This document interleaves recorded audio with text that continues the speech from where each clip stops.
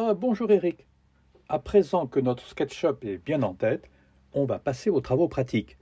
Découpe en demi-lune du plateau de Mella de 2,50 m par 0,70 m pour 38 mm d'épaisseur.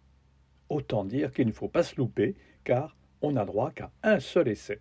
Cependant, je préfère qu'on se fasse un training avec ces deux étagères en 22. Tu sais, celles que tu as ramassées sur le trottoir la semaine dernière.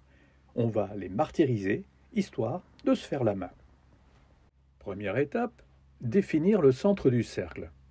Un coup de réglet et le tour est joué, tu me diras. Eh bien, il ne faut pas s'y fier aveuglément. La preuve, une petite erreur de calcul, et nous voilà avec deux repères. C'est gênant. Revérification. Cette fois, on est bon. T'as remarqué que j'inverse le réglet afin de me concentrer sur la mesure de référence, l'extrémité me servant à tirer mon trait. Et pour ceux qui n'ont pas hérité de la bosse des maths, je te suggère cette règle bicéphale avec son zéro au centre. Si à présent tu te plantes, vaut mieux prendre une brindille et aller jouer à la pétanque. Deuxième étape, matérialiser l'axe afin de tracer un demi-cercle, ne serait-ce que pour vérification. Ce petit bouchon devrait faire l'affaire. Une baguette de bois, un perçage au diamètre du picot, une coupe à la cote, et nous voilà avec un trusquin improvisé bien utile. Bon, ok, il y a la ficelle, mais mon bout de bois, c'est pas mal non plus. Qu'est-ce que t'en penses? Troisième étape, la matérialisation de l'axe. Mon bouchon ayant manifestement d'autres projets, un coup de mèche et un tourillon devraient fournir un bon ancrage. C'est destructif, tu as raison, mais compte tenu que le petit plateau sera placé en sous-face, mon trou importe peu. Ce sera même un avantage pour centrer le piétement quand on fera le trou à la scie cloche. Alors, autant prendre les devants. Eric, s'il te plaît, regarde dans l'armoire métallique et prends la CMT. Son guide multifonction remplace la semelle par simple emboîtement et permet le positionnement d'un réglet à coulisses qui fera office de rayon et donc de faire des coupes en arc de cercle. Il en existe une autre, la 3000, plus élaborée pour des découpes en ellipse. Mais la mienne suffira. Cette machine de chez Orange Tool est lourde, bruyante et d'une ergonomie sacrifiée au profit de la sécurité. Mais elle est efficace. Eric, on ne doit pas négliger toutes ces étapes de préparation. Par exemple, pour le perçage de la coulisse, un centreur à tourillon rendra bien service. Le principe de la coulisse facilite par ailleurs l'alignement du tranchant de la fraise à fleur du champ. Tu te souviens, le client nous a livré les panneaux à la cote finie. Quatrième étape, ébauche de l'arrondi à la scie sauteuse en laissant une marge de 4-5 mm par sécurité bien entendu. En fait, le principe consistera à utiliser une défonceuse équipée d'une mèche droite, de préférence à queue de 12 et suffisamment longue par rapport à l'épaisseur du plateau. Attention au départ. La première fois que j'ai fait ce type de job, j'ai affleuré la fraise contre le champ et lancé la machine. Oh, une belle conne. Oh, pardon. Elle s'est prise pour une épareuse. Résultat, peut mieux faire. Donc, merci Eric, l'astuce est de partir à vide, c'est-à-dire au-dessus de la surface, et de plonger par étapes.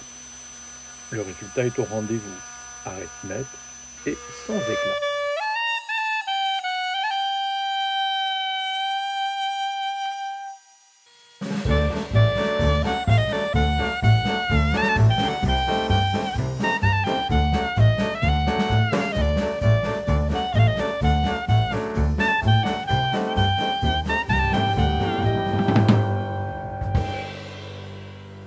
Après la lune montante, passons à la lune descendante. Et oui, deux plateaux dans le projet, souviens-toi.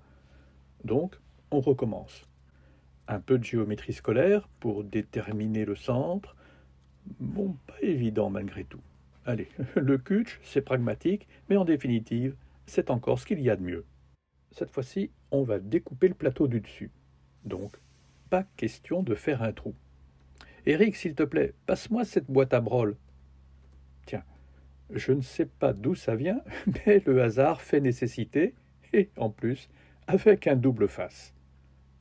Un petit trou pour faciliter le centrage, voilà une platine improvisée qui devrait remplir sa mission. Une nouvelle pige s'avère nécessaire, d'autant que l'autre s'est brisé lors du démontage précédent. Eric, tu vois au passage à quel point une tâche apparemment simple demande de la préparation, sans parler du matériel. L'ébénisterie requiert un important investissement en outillage des plus variés, sans quoi tu bricoles et ne fais rien de bon.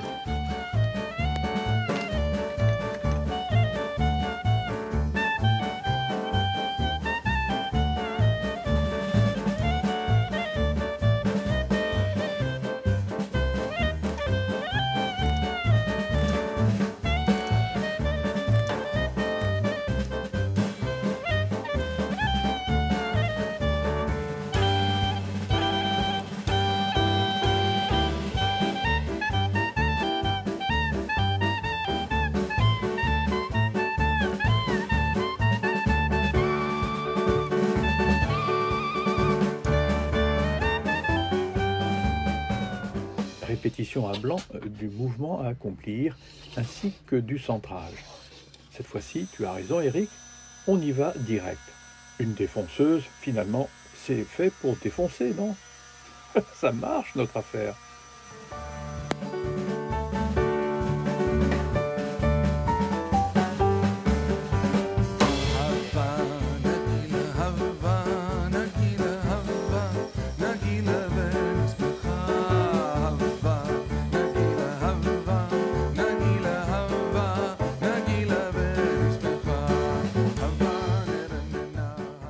Dernier tableau, l'encoche en bout de plateau.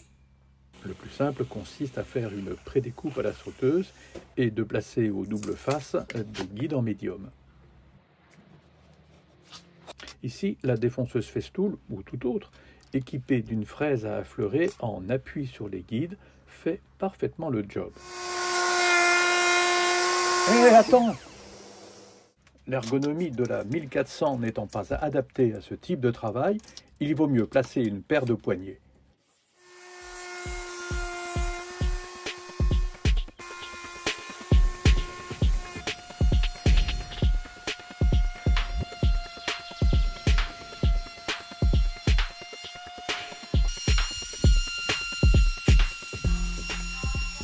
Tiens, encore un truc, Eric. Le décollage du médium. Plutôt que d'arracher, au risque de casser, un mouvement latéral de rotation s'avère plus efficace. Et voilà, ce qui paraissait compliqué au début a finalement trouvé ses solutions. Cette méthode permet également de rectifier un plateau de méla. Par exemple, sur un chantier, avec ta sole plongeante, bonjour les dégâts.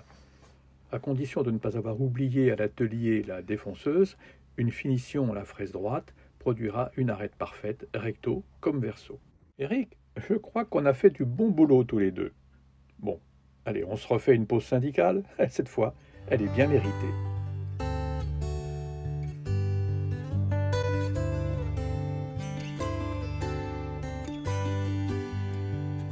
Bon, si ça t'a plu, tu partages, et puis tu mets un pouce en l'air. Tu connais le truc. Allez, salut!